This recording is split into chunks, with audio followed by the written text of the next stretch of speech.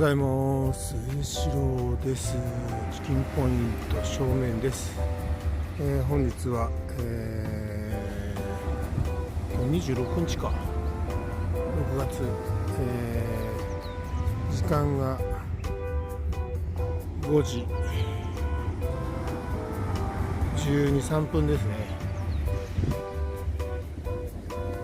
はい、まだ台風のうねりらしいものは入ってきておりません。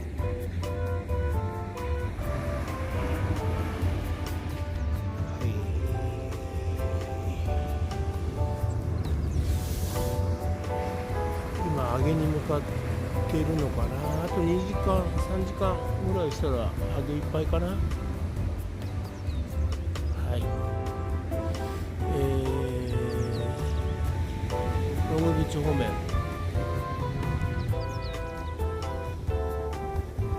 イーサイドシュアブレイクですね。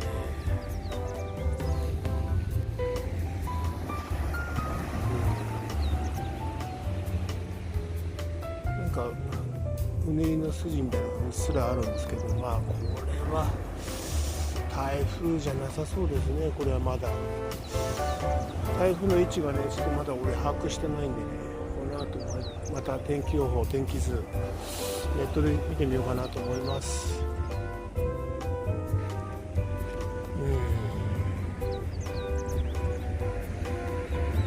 まだノーサーフコンディションです。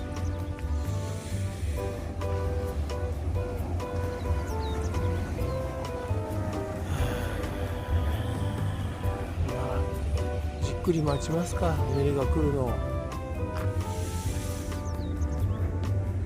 一旦家帰ります。では。